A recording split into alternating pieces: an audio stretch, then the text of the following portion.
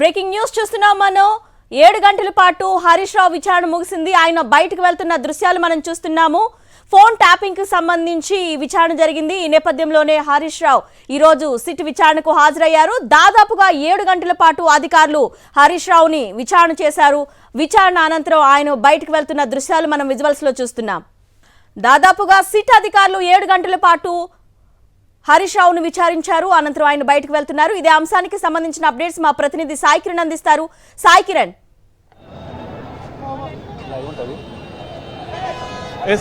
కాసేపటి క్రితమే హరీష్ రావు విచారణ ముగిసింది. సో హరీష్ రావును ఇదే జూబ్లీహిల్స్ పిఎస్ నుంచి బయటకు వెళ్తున్నారు. సో పెద్ద ఎత్తున కార్యకర్తలు ఆయన వెంటనే ఫాలో అవుతున్నారు. ఇటు పోలీసులు కూడా కార్యకర్తలను కట్టడి చేయలేకపోతున్నారు. మరోవైపు జూబ్లీహిల్స్ రోడ్ పైన మొత్తంగా కూడా భారీ ట్రాఫిక్ నెలకొన్నది. సో హరీష్ రావు ఒక్కసారిగా బయటకు రావడంతో అటు కార్యకర్తలు కూడా పెద్ద ఎత్తున హరీష్ రావును అయితే సంఘీభావంగా వచ్చినటువంటి వాళ్ళందరూ కూడా ఇటు జూబ్లీహిల్స్ పిఎస్ ముందు ఆయనకు మద్దతుగా ఆయన కారు వెంటనే కూడా వెళ్తున్నటువంటి దృశ్యాన్ని కూడా చూస్తున్నాం. సో మొత్తానికి సిట్ దాదాపు 7 గంటల పాటు హరీష్ రావును విచారించింది ఫోన్ ట్యాపింగ్ కేసులో. సో 7 గంటల పాటు విచారణ ఎదుర్కొన్నటువంటి ఎమ్మెల్యే హరీష్ రావు ఇప్పుడు ప్రస్తుతం కారులో వెహికల్లో కూడా ఆయన వెళ్తున్నటువంటి దృశ్యాలను కూడా చూస్తున్నాము. భారీ పోలీస్ బందోబస్తు అయితే ఇక్కడ మనకు కనిపిస్తుంది. పెద్ద ఎత్తున అభిమానులు ఆయన వెంట పరిగెడుతున్నారు. అటు హరీష్ రావు అయితే ఇక్కడ నుంచి మరి నేరుగా ఆయన నివాసానికి వెళ్తారా లేకపోతే తెలంగాణ భవన్కు వెళ్తారా అనేటువంటిది కూడా చూడాల్సి ఉంది. ఎందుకంటే ఉదయం కూడా ఆయన తెలంగాణ భవన్ నుంచే వచ్చారు. సో ఇప్పుడు కూడా ఆయన అక్కడికి వెళ్తారని చూడాలి. సార్ ఏం చెప్పారు? భవన్లో తెలంగాణ భవన్లో డీటెయిల్ గా మాట్లాడారు. అడ్వకేట్ కూడా అలో చేయలేదు కదా. అంతా ట్రాష్ అండి, ఇదంతా డైవర్షన్ పాలిటిక్స్. రేవంత్ రెడ్డి చిల్లర రాజకీయం. ఎస్ అడ్వకేట్ అలో చేయలేదు. తాపకు వాళ్ళకు పైకెళ్ళి ఫోన్లు ఇదంతా కూడా ట్రాష్ అనేటువంటి విధంగా మాట్లాడినటువంటి పరిస్థితిని చూస్తున్నాం. సో మొత్తంగా కనీసం అడ్వకేట్ను కూడా అలౌ చేయకపోవడం పైన హరీష్ రావు అభ్యంతరం వ్యక్తం చేస్తున్నారు. సో మొత్తం చూడొచ్చు అటు పెద్ద ఎత్తున కూడా కార్యకర్తలు అంతా కూడా దీంతో రావడంతో జూబ్లీహిల్స్ ప్రాంతాలన్నీ కూడా ట్రాఫిక్ జామ్ అయిపోయాయి. మొత్తానికి సిట్ విచారణను హరీష్ రావు ఎదుర్కొన్నారు. 7 గంటల పాటు జరిగినటువంటి సుదీర్ఘ విచారణను ఫేస్ చేసిన తర్వాత హరీష్ రావు ఇప్పుడు తెలంగాణ భవన్కు బయలుదేరారు. కాసేపట్లో తెలంగాణ భవన్లో హరీష్ రావు మీడియాతో ఈ రోజు విచారణకు సంబంధించి ఏమేం జరిగింది, అధికారులు ఏమేం ప్రశ్నించారు, ఇదంతా డైవర్ట్ రాజకీయం కోసమే ఈ సిట్ విచారణ అనేది హరీష్ రావు మనతో చెప్తున్నారు. సో ఇప్పుడు హరీష్ రావుతో పాటు బీఆర్ఎస్ నేతలంతా అక్కడికి హాజరయ్యే అవకాశం ఉందా? అంతా ట్రాష్ అండి, ఇదంతా డైవర్షన్ పాలిటిక్స్. రేవంత్ రెడ్డి చిల్లర రాజకీయం. ఎస్ అడ్వకేట్ అలో చేయలేదు. తాపకు వాళ్ళకు పైకెళ్ళి ఫోన్లు ఇదంతా కూడా అడ్వకేట్ కూడా అలో చేయలేదు కదా. అంతా ట్రాష్ అండి, ఇదంతా డైవర్షన్ పాలిటిక్స్. రేవంత్ రెడ్డి చిల్లర రాజకీయం. ఎస్ అడ్వకేట్ అలో చేయలేదు. తాపకు వాళ్ళకు పైకెళ్ళి ఫోన్లు ఇదంతా కూడా అడ్వకేట్ కూడా అలో చేయలేదు కదా.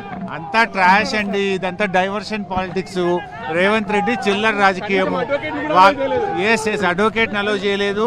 తాపకు వాళ్ళకు పైకెళ్ళి ఫోన్లు ఇదంతా కూడా అడ్వకేట్ కూడా అలో చేయలేదు కదా. అంతా ట్రాష్ అండి, ఇదంతా డైవర్షన్ పాలిటిక్స్. రేవంత్ రెడ్డి చిల్లర రాజకీయం. ఎస్ అడ్వకేట్ అలో చేయలేదు. తాపకు వాళ్ళకు పైకెళ్ళి ఫోన్లు ఇదంతా కూడా అడ్వకేట్ కూడా అలో చేయలేదు కదా. అంతా ట్రాష్ అండి, ఇదంతా డైవర్షన్ పాలిటిక్స్. రేవంత్ రెడ్డి చిల్లర రాజకీయం. ఎస్ అడ్వకేట్ అలో చేయలేదు. తాపకు వాళ్ళకు పైకెళ్ళి ఫోన్లు ఇదంతా కూడా అడ్వకేట్ కూడా అలో చేయలేదు కదా. అంతా ట్రాష్ అండి, ఇదంతా డైవర్షన్ పాలిటిక్స్. రేవంత్ రెడ్డి చిల్లర రాజకీయం. ఎస్ అడ్వకేట్ అలో చేయలేదు. తాపకు వాళ్ళకు పైకెళ్ళి ఫోన్లు ఇదంతా కూడా అడ్వకేట్ కూడా అలో చేయలేదు కదా. అంతా ట్రాష్ అండి, ఇదంతా డైవర్షన్ పాలిటిక్స్. రేవంత్ రెడ్డి చిల్లర రాజకీయం. ఎస్ అడ్వకేట్ అలో చేయలేదు. తాపకు వాళ్ళకు పైకెళ్ళి ఫోన్లు ఇదంతా కూడా అడ్వకేట్ కూడా అలో చేయలేదు కదా. అంతా ట్రాష్ అండి, ఇదంతా డైవర్షన్ పాలిటిక్స్. రేవంత్ రెడ్డి చిల్లర రాజకీయం. ఎస్ అడ్వకేట్ అలో చేయలేదు. తాపకు వాళ్ళకు పైకెళ్ళి ఫోన్లు ఇదంతా కూడా అడ్వకేట్ కూడా అలో చేయలేదు కదా. అంతా ట్రాష్ అండి, ఇదంతా డైవర్షన్ పాలిటిక్స్. రేవంత్ రెడ్డి చిల్లర రాజకీయం. ఎస్ అడ్వకేట్ అలో చేయలేదు. తాపకు వాళ్ళకు పైకెళ్ళి ఫోన్లు ఇదంతా కూడా కనీసం అడ్వకేట్ కూడా అలో చేయలేదు కదా. అంతా ట్రాష్ అండి ఇదంతా. రైట్, ఈ రోజు సిట్ విచారణకు సంబంధించి అంతా ట్రాష్ అంటున్నారు మాజీ మంత్రి హరీష్ రావు. 7 గంటల పాటు ఈయన విచారణ ఎదుర్కొన్నారు. ఈ రోజు పూర్తి సమాచారాన్ని మా ప్రతినిధి సాయి కిరణ్ అందిస్తారు. సాయి కిరణ్.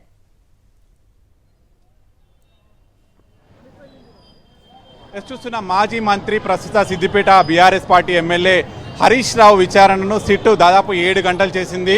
తెలంగాణ రాజకీయాలను కుదిపేస్తున్నటువంటి ఈ ఫోన్ ట్యాపింగ్ అంశంలో ఇప్పుడు అధికారుల వంతు పూర్తయింది. ఇప్పుడు ఏకంగా బీఆర్ఎస్ పార్టీలో అగ్రనేతగా కీలక నేతగా ఉన్నటువంటి హరీష్ రావును సిట్ విచారించింది. సుమారు ఉదయం 11 గంటల నుంచి ఇప్పుడు 6:30 అయిపోయింది. సో 7 గంటల పాటు హరీష్ రావును విచారించింది. ముఖ్యంగా అప్పుడు అధికారంలో బీఆర్ఎస్ పార్టీ ఉన్నప్పుడు సో ఎవరైతే అప్పుడు ఫోన్ ట్యాపింగ్కి సంబంధించి శ్రవణ్ రావు కావచ్చు, ఎస్ఐబి చీఫ్గా ఉన్నటువంటి ప్రభాకర్ రావు, వీళ్ళందరికీ కూడా ఒక వార్ రూమ్ ఏర్పాటు చేసి ఎన్నికల సమయంలో హరీష్ రావు వీళ్ళందరికీ ఇండికేట్ చేశారు. హరీష్ రావు ఆదేశాలతోటి ఫోన్ ట్యాపింగ్ జరిగింది అనేటువంటిది ప్రధానంగా సిట్ నుంచి వస్తున్నటువంటి ఆరోపణ. సో దీనికి సంబంధించి ఉదయం నుంచి కూడా ఆయన వాంగ్మూలాన్ని తీసుకున్నారు. అయితే విట్నెస్ కింద అతన్ని పిలిచారు, అడ్వకేట్ని కూడా అలో చేయలేదని చెప్తున్నారు.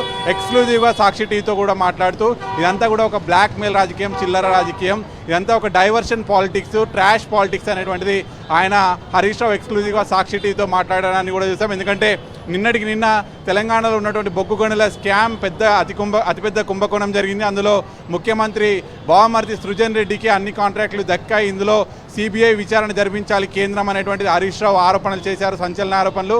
ఆ వెంటనే నిన్న రాత్రే హరీష్ రావుకు నోటీసులు రావడాన్ని ఇది కేవలం పొలిటికల్ వెండేటాగానే బీఆర్ఎస్ చూస్తుంది. సో మరి మొత్తానికైతే ఈరోజు హరీష్ రావును సిట్టు విచారించింది. మరి నెక్స్ట్ ఏం చేయబోతుంది అనేటువంటిది చాలా ఉత్కంఠ కలిగిస్తుంది. సో ఇప్పటికే అటు కాంగ్రెస్ పార్టీ ఇటు ఫోన్ ట్యాపింగ్ కేసు కావచ్చు, మరోవైపు ఫార్ములా 1 కేసుతో హరీష్ రావులను, కేటీఆర్లను ఇద్దరిని ఇరుకున పెట్టేందుకు ప్రయత్నిస్తుంది అనేటువంటిది మొదటి నుంచి బీఆర్ఎస్ చేస్తున్నటువంటి ఆరోపణ. ఎప్పటికైనా కూడా మమ్మల్ని ఈ 2 కేసులు అరెస్ట్ చేసి వాళ్ళు రాజకీయంగా లబ్ధి పొందాలనేటువంటి చూస్తున్నారు అనేటువంటిది హరీష్ రావు, కేటీఆర్ చెప్తున్నారు.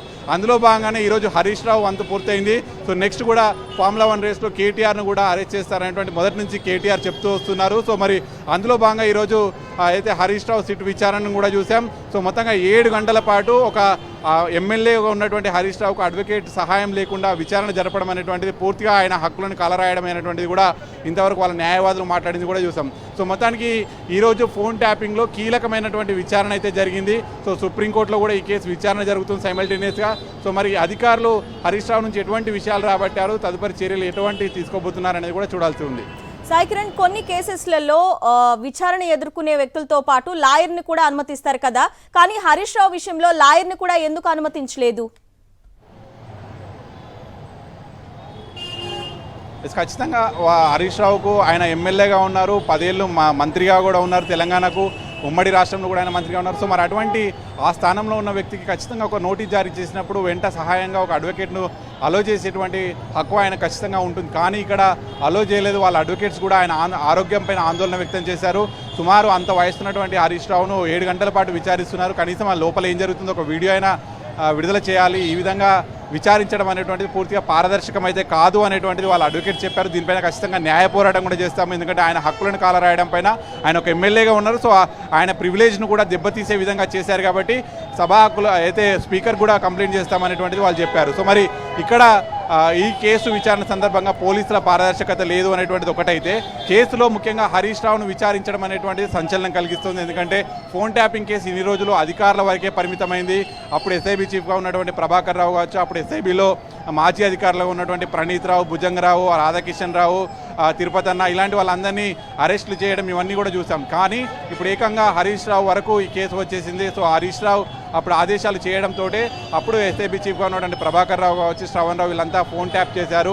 2023లో ఎన్నికల సమయంలో ఒక వార్ రూమ్ ఏర్పాటు చేసి ప్రతిపక్ష నాయకుల ఫోన్లన్నీ కూడా ట్యాప్ చేశారు అనేటువంటి ముఖ్యంగా హరీష్ రావు పైన చేస్తున్నటువంటి ప్రధానమైన అలిగేషన్. సో ఈ అలిగేషన్కి సంబంధించి శ్రవణ్ రావు, ప్రభాకర్ రావు వీళ్ళందరితో హరీష్ రావు ఫోన్లు మాట్లాడుతున్నట్టు ఆధారాలు ఉన్నాయనేటువంటి సిట్ చెప్తోంది. మరి ఈ ఆధారాలకు హరీష్ రావు ఎటువంటి సమాధానం చెప్పారనేటువంటి కూడా చూడాలి. ఎందుకంటే ఆయన ఒక మంత్రిగా ఉన్నారు కాబట్టి ఆయన ప్రాణరక్షణ కోసం ఎస్ఐబితో మాట్లాడడం చాలా కామన్గా ఉంటుంది. ఒక అధికారితో ఒక మంత్రి, అప్పుడు మంత్రిగా ఉన్నటువంటి హరీష్ రావు మాట్లాడడం ఇదంతా కూడా చాలా కామన్. సో దీనికి ఫోన్ ట్యాపింగ్ కేసుకు లింక్ పెట్టడం సరికాదు అనేటువంటిది ఆయన చెప్తున్నారు. మరి మొత్తానికి సిట్ ఈరోజు 7 గంటల విచారణ తర్వాత హరీష్ రావు స్టేట్మెంట్ను, వాంగ్మూలాన్ని రికార్డ్ చేసింది. మరి ఈరోజు విట్నెస్గా ఆయన వాంగ్మూలాన్ని రికార్డ్ చేసింది.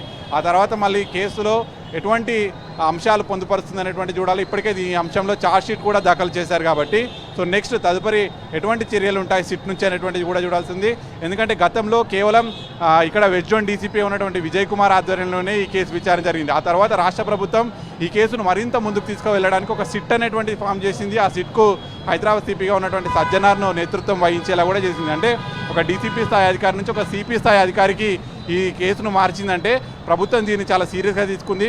ఫోన్ ట్యాపింగ్లో విచారణ పేరుతో కాలయాపన చేస్తున్నారు కానీ ఇది ఒక రాజకీయంగా వాడుకుంటున్నారు కానీ దీంట్లో ఎటువంటి పసలేదు అనేటువంటి ప్రతిపక్షాలు ఆరోపణలు చేస్తున్నటువంటి నేపథ్యంలో సో దీంట్లో ఏదో ఒకటి అప్పుడు బీఆర్ఎస్ పార్టీ దీన్ని ఫోన్ ట్యాపింగ్ పేరుతో అందరినీ బెదిరించింది, బ్లాక్మెయిల్ చేసింది అనేటువంటి ప్రూవ్ చేయడం కోసం ఇప్పుడు కాంగ్రెస్ పార్టీ దీన్ని సీరియస్గా తీసుకున్నటువంటి నేపథ్యంలో హరీష్ రావు విచారణ కూడా పూర్తయింది.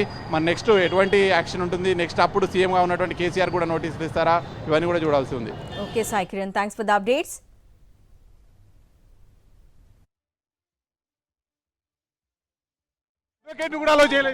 అంతా ట్రాష్ అండి, ఇదంతా డైవర్షన్ పాలిటిక్స్. రేవంత్ రెడ్డి చిల్లర రాజకీయం. అడ్వకేట్ అలో చేయలేదు, తాపకు వాళ్ళకు పైకి వెళ్ళి ఫోన్లు.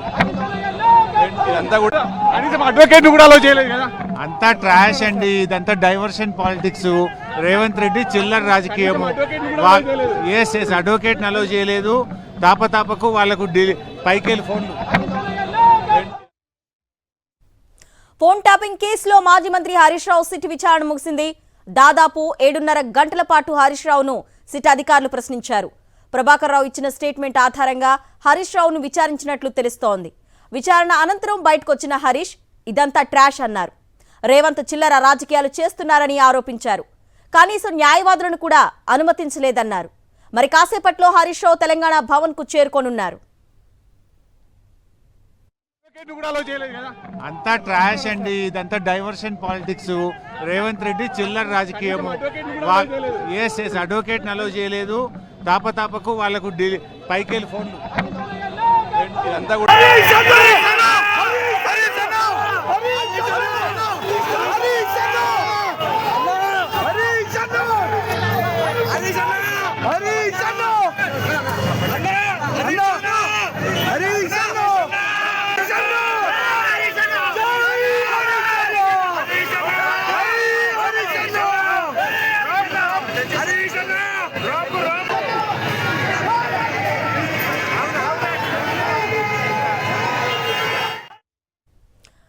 విచారణ ఎదుర్కొని హరీష్ రావు బయటకు రాగానే హరీష్ అన్న అంటూ నినాదాలు చేశారు ఆయన అభిమానులు, బీఆర్ఎస్ నేతలు, కార్యకర్తలు. ఫోన్ ట్యాపింగ్ కేసులో మాజీ మంత్రి హరీష్ రావు సిట్ విచారణ ముగిసింది. దాదాపు 7.5 గంటల పాటు హరీష్ రావును సిట్ అధికారులు ప్రశ్నించారు.